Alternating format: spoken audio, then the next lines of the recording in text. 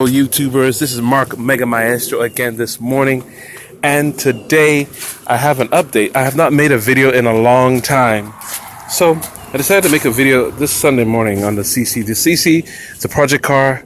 God was really blessing me with this because he helped me put an engine in it, and it's running good. Some minor issues that I would like to talk about later, but I'm getting a code for P0820. I looked for it online, and I keep on finding something for the older Volkswagens. Like it's called the gear position sensor, but it's different for the CC. So if anyone knows anything about it, please comment below and let me know. But I'd like to show you what I've done. This is my first modification of the car. I did change. Sorry for my ghetto setup here.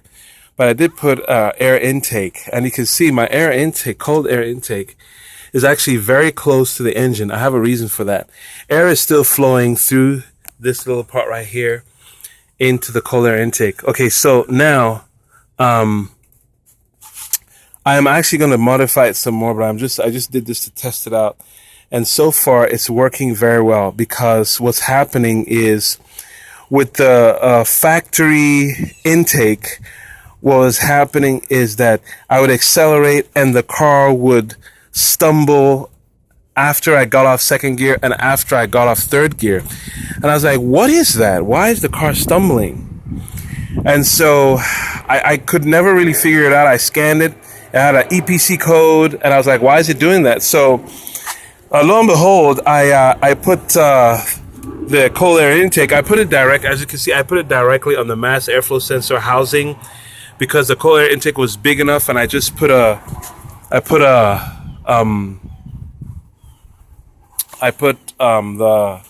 clamp on there, the hose clamp, and I screwed it on.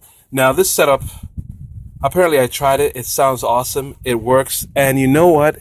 I think it has solved the issue of my car hesitating at second and third gear. You know, when you accelerate and it doesn't go through the gear immediately, it kind of stumbles at second, and then it stumbles at third. Well, this was doing that, and now it doesn't do it anymore because I put a cold air intake in. It's a red one. I don't know if I'm going to extend it further to the front, but I mean, it's working right now. You know, it's not really. I have to get like a metal part to kind of screw here and screw there so it doesn't move very much, but it's basically hanging, and it's being held by this thread right here. And, you know, it's working, and it sounds good, and it's responding really well. I mean, I took it out this morning and I accelerated, and it was just going through the gears. I mean, this car, the throttle response is absolutely awesome. And so I think this is a winner, and what I'm going to do is I'm going to try and maybe modify it some more, or just find a little plastic or metal piece and get it hooked up there so that you can keep the air intake up above the other components of the engine. It's not really touching anything really now. It's kind of leaning against. It's not even really leaning against the battery, but it's kind of in a good place. So that's what I've been up to. That's what I've been doing.